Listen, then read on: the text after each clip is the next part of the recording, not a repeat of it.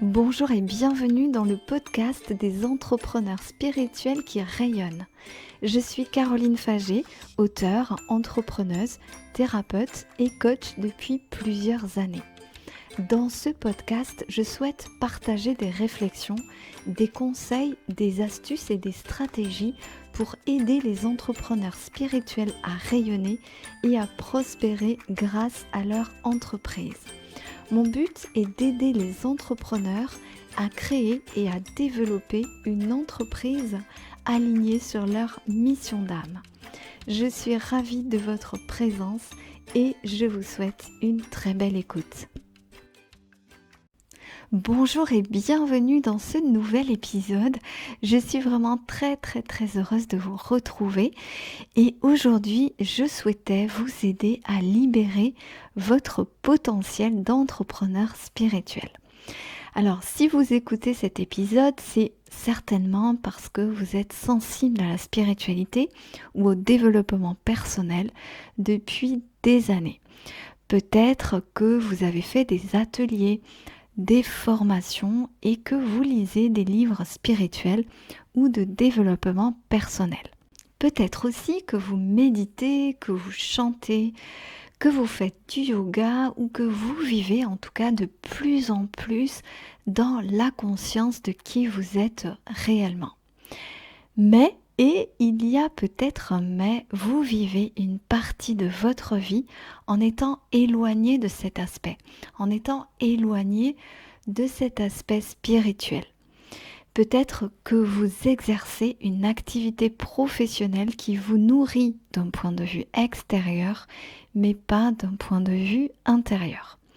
Et dès que vous avez du temps pour vous, vous vous consacrez à votre passion, mais du coup, c'est comme si votre vie est un peu coupée en deux, comme si vous vous sentiez un peu incomplet et pas totalement en phase avec votre métier actuel.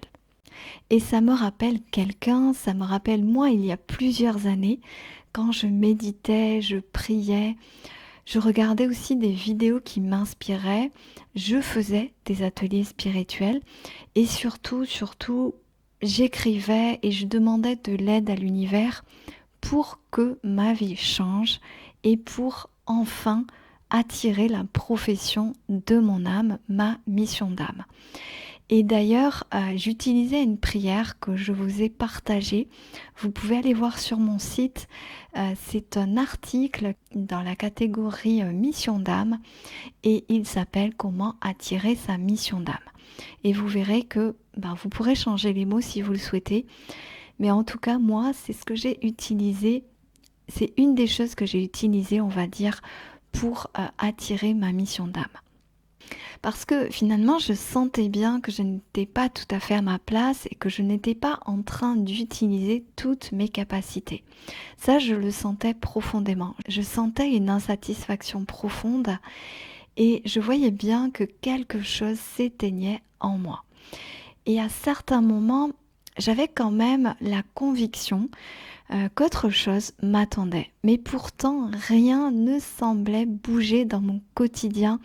Et ça, je me souviens que c'était tellement frustrant. Je me disais, mais c'est pas possible de ressentir tout ce que je ressens et en même temps d'avoir l'impression qu'il n'y a rien qui bouge dans la matière. Donc, je continuais à aller dans mes établissements scolaires pour donner mes cours. Et à chaque nouvelle rentrée, j'assistais à la fameuse rentrée des professeurs. Et vous savez, c'est cette réunion très solennelle où chacun a l'impression d'être très important.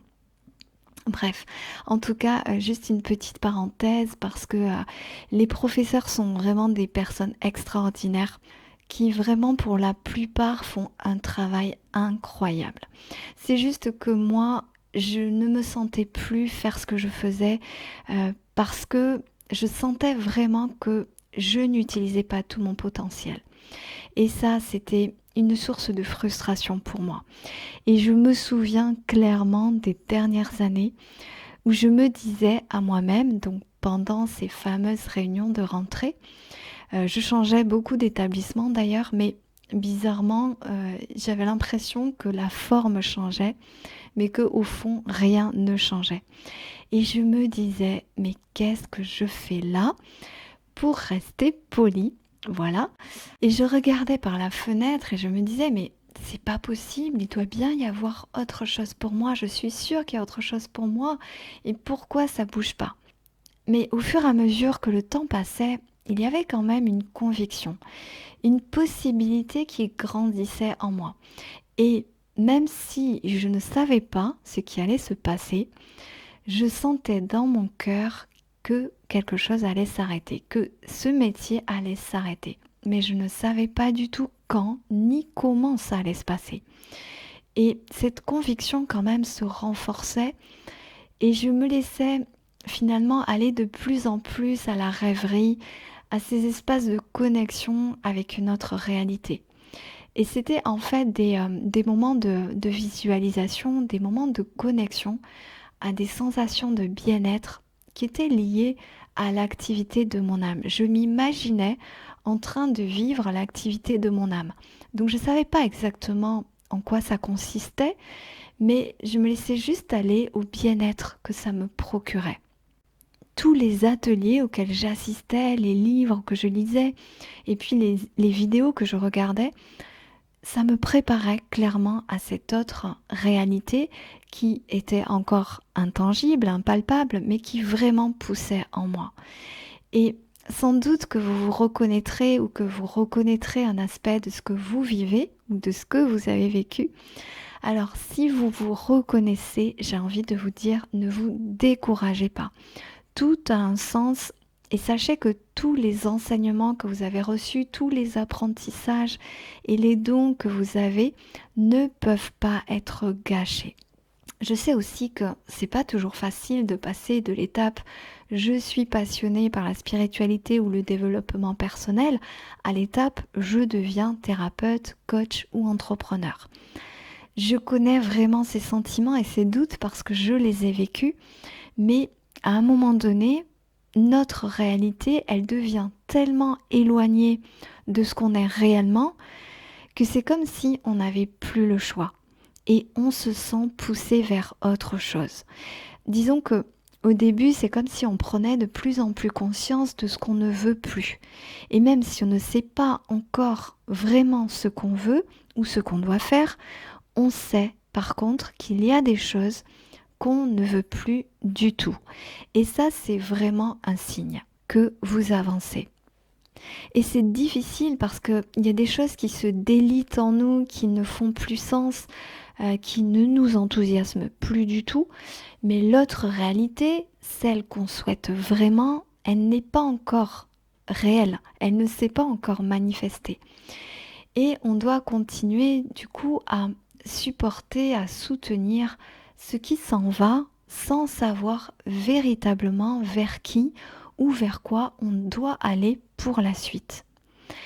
C'est, je pense, le moment le plus difficile parce qu'il ne faut pas se décourager. Il faut se dire qu'on est en train de vivre un mouvement qui est naturel, qui est un mouvement de transformation, qui consiste à se défaire, à laisser mourir ce qui ne sert plus notre évolution pour commencer à faire de la place à la nouvelle réalité. Comment finalement on peut manifester une nouvelle réalité si on est encore encombré par l'ancien? Pour qu'advienne cette autre réalité, il faut un temps nécessaire pour désactiver et pour laisser partir ce qui doit partir. Parce qu'en nous, il y a des moments de deuil qui se font. Et j'ai compris après que tous ces moments où je me disais mais c'est pas possible, il faut vraiment que le temps s'accélère parce que moi j'en peux plus. C'était en fait un moment qui était hyper nécessaire pour petit à petit désactiver tout ce qui devait l'être, pour que je laisse vraiment partir tout ce qui devait partir et pour que je m'ouvre à cette nouvelle réalité. En ce qui me concerne, j'avais d'ailleurs une vision intérieure et c'était une sorte de tableau noir qui représentait mon ancien métier. Et ce tableau devenait de plus en plus noir, de plus en plus sombre. Il devenait aussi de plus en plus petit et il y avait écrit sur ce tableau fin. Et je sais que ce tableau symbolisait vraiment mon ancien métier et je savais que ce mot fin, l'impression que ça se terminait, c'était évidemment lié à cette activité professionnelle. Je sentais aussi que quelque chose mourait en moi parce que je savais que si je n'utilisais pas tout mon potentiel, j'avais l'impression de ne pas honorer tout ce que j'étais, tout ce qu'on m'avait transmis, tous les dons que j'avais. Donc il y avait un mouvement vers lequel je me sentais attirée et je ne pouvais pas ne pas entendre cet appel. C'est sûr que les choses se vivent de façon très différente pour chacun. Il n'y a pas de bonnes ou de mauvaises décisions, de bonnes choses à faire ou de mauvaises choses à faire. Mais on a quand même un choix à faire à un moment donné. En tout cas, il y a un choix qui s'impose de plus en plus clairement à nous au fur et à mesure qu'on avance. Et ça aussi, ça nous accompagne. C'est-à-dire qu'on n'a pas besoin de tout changer là, maintenant, d'un coup. Il faut juste laisser venir à nous ce qu'on ressent et laisser la vie faire. Donc si on ressent que ça vibre pour nous de devenir entrepreneur, thérapeute ou coach spirituel, c'est qu'il y a un potentiel qui est endormi et qui n'attend qu'une chose, celui d'être enfin libéré. Mais comment libérer notre potentiel d'entrepreneur spirituel? Comment commencer à activer nos dons? Donc je vais vous donner quelques clés. C'est d'abord en accueillant tout ce potentiel, en lui faisant de la place dans notre vie et dans notre quotidien. Utilisez ce que vous faites et commencez à le partager avec les autres. Soit lorsque vous parlez avec des amis, commencez à leur dire ce que vous ressentez en vous, soit en partageant par exemple sur un blog ou sur les réseaux sociaux des choses que vous ressentez, que vous avez envie de dire. Assumez votre côté spirituel, assumez vos connaissances, votre façon de voir la vie. Et ne vous cachez plus et commencez vraiment à vous dévoiler. Vous n'êtes pas censé cacher vos dons, on n'est pas censé cacher nos capacités extrasensorielles, nos facultés de médium, de passeur, de thérapeute, de magnétiseur. On n'est pas censé cacher nos capacités à ressentir l'énergie, la vibration. Et j'ai envie aussi de vous dire que on n'est plus à l'époque de l'Inquisition où on brûlait les sorciers et les sorcières. Je sais aussi que ces mémoires peuvent être encore assez actives chez certains d'entre nous, mais justement, l'époque actuelle est l'époque idéale pour libérer toutes ces mémoires et pour nous réconcilier avec le guérisseur, avec la guérisseuse qui sommeille en nous ou avec le psychologue spirituel parce que finalement, moi j'ai un peu commencé comme ça aussi en étant coach, c'était écouter l'autre et ressentir profondément sa souffrance et sa douleur. Et juste en étant dans l'accueil de l'autre, on l'aide, on le guérit et on le libère. Donc commencez à parler de vos dons, de ce que vous ressentez. Et vous pouvez aussi entrer dans des groupes physiques ou virtuels dans lesquels vous pourrez parler librement de tous ces sujets. Par contre, petit conseil, parlez-en à des personnes qui sont ouvertes et qui ne vont pas vous juger ou qui ne vont pas vous regarder d'un drôle d'œil parce que vous leur parlez de vibrations, d'anges, d'univers, de Dieu, etc. Donc bien sûr, utilisez votre intuition et votre bon sens pour n'en parler qu'à des personnes qui sont ouvertes à ces sujets. Parce que je sais aussi que d'en parler à certaines personnes, ça ne nous aide pas. Il y a des personnes qui, moi je sais, m'ont pas forcément aidé dans ce sens-là. Elles m'ont aidé sur d'autres points et ce sont des amis ou alors ce sont des membres de ma famille. Mais tout de suite, ils ont mis le doigt sur des peurs que eux-mêmes avaient. Et donc, ça m'a pas forcément aidé de parler avec eux. J'étais plutôt là pour les rassurer d'ailleurs. Mais à un moment donné, j'ai mis un terme à ces conversations parce que je sentais que au bout d'un moment, je pouvais plus rassurer la personne. C'était son propre schéma à elle et ça ne m'appartenait pas. Donc, j'ai été bienveillante. J'ai répondu aux questions qu'on m'a posées tout en disant que moi je ressentais que c'était juste pour moi et que c'est ça que j'allais faire. Voilà, donc pour ma part, en tout cas, je peux vous dire que je partais de très loin quand je me suis lancée dans mes nouvelles activités de thérapeute parce que je n'avais jamais fait de soins énergétiques avant d'en proposer sur mon site. Oui, vous avez bien entendu, j'en ai juste fait 1 ou 2 pendant ma formation, on va dire 2, et puis ensuite j'en ai fait peut-être 2 aussi et j'ai écrit sur mon site que j'étais thérapeute angélique. Tout ça pour vous dire aussi que tous ces moments où j'avais l'impression que ça ne bougeait pas, eh bien certainement que ça bouge à l'intérieur de nous. C'est-à-dire qu'il y a quelque chose en nous qui est en train d'embrasser cette autre activité. Et même si à l'extérieur ça ne produit pas de résultats, finalement ça veut dire que ça a avancé et que au moment clé, eh bien ça y est, on est prêt et on n'est pas obligé d'attendre ensuite des années pour se dire thérapeute angélique ou coach. Et donc je suis devenue thérapeute angélique juste après mes 4 jours de formation à ces séances IET et mission d'âme. Et cette transition, elle a donc été très rapide, ce qui m'a un peu d'ailleurs perturbée parce que j'ai endossé tout de suite mon rôle de thérapeute alors que je venais donc de me former 1 mois avant. Je me souviens que j'ai démissionné le 1er septembre, que j'ai démarré mon entreprise, mon auto-entreprise le 2 septembre et je m'étais formée aux séances IET et mission d'âme fin juillet. Et d'ailleurs, quand j'ai acheté ma table de massage, ça m'a fait vraiment tout bizarre. Mais le conseil que je peux vous donner, c'est d'utiliser, c'est de mettre en pratique en fait ce que vous avez appris lors de vos formations. Ne gardez pas vos enseignements pour vous, faites-en profiter les autres, peut-être de façon gratuite si ça vous rassure, mais au moins comme ça vous continuez à pratiquer.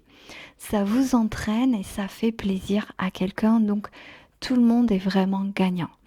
J'ai aussi envie de vous dire quelque chose que vous savez déjà, c'est que la vie passe vite et ce serait vraiment dommage de n'avoir pas vécu ce que vous souhaitiez au fond de votre cœur de coach, d'entrepreneur ou de thérapeute.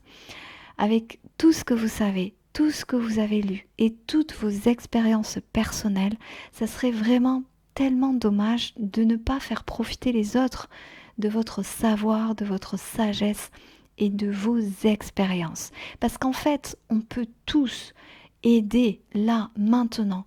On a tous un vécu, on a tous une histoire, on est tous passés par des épreuves. Et donc finalement, on a tous suffisamment de bagages pour commencer à aider les autres.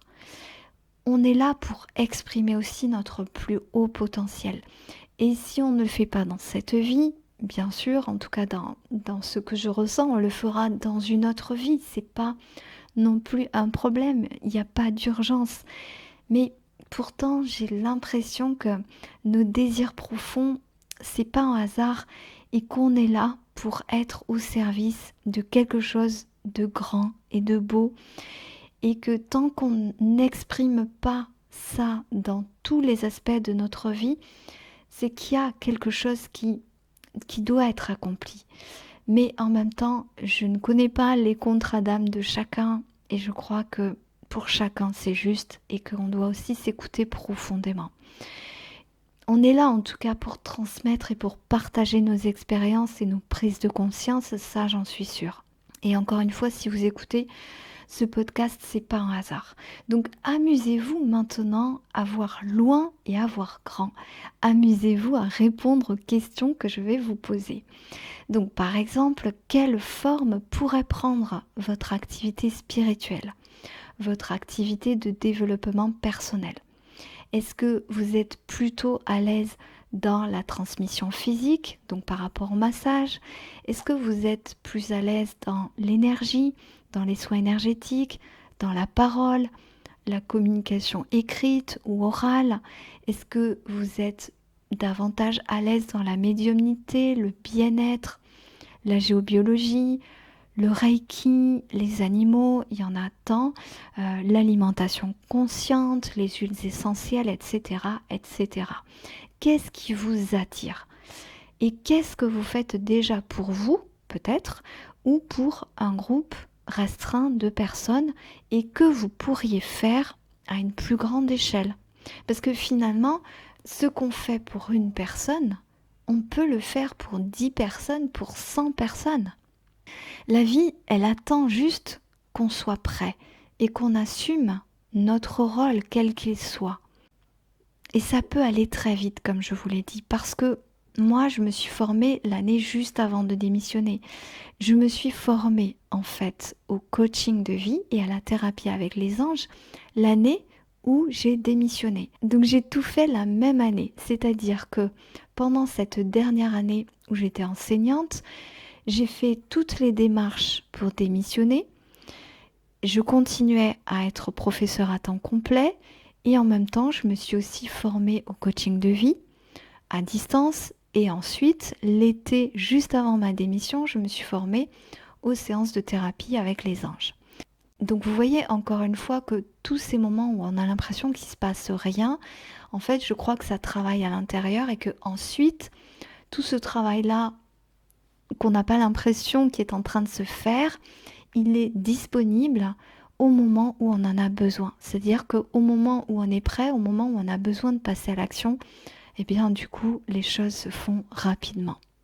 Donc cette transition, elle peut être très progressive ou très rapide.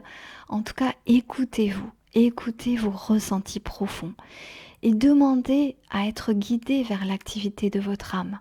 Encore une fois, allez voir ce texte qui s'appelle Comment attirer sa mission d'âme. Soyez ouverts, mettez-vous au service de l'univers dès aujourd'hui. Mettez aussi vos compétences au service de l'univers. Et puis j'ai envie de vous demander si maintenant votre boss c'était l'univers, si votre patron c'était maintenant l'univers, c'était la vie, qu'est-ce qu'elle vous dirait la vie? Qu'est-ce qu'il vous dirait l'univers? Et vers quelle voie il vous inviterait à aller? Si vous n'aviez aucune contrainte, d'aucune sorte, qu'est-ce que vous feriez? Qui est-ce que vous aimeriez aider vraiment? Du plus profond de votre cœur. Qu'est-ce qui vous appelle? Et quel don vous avez et qui pourrait aider les autres? Donc si vous arrivez à répondre à ces questions, bravo.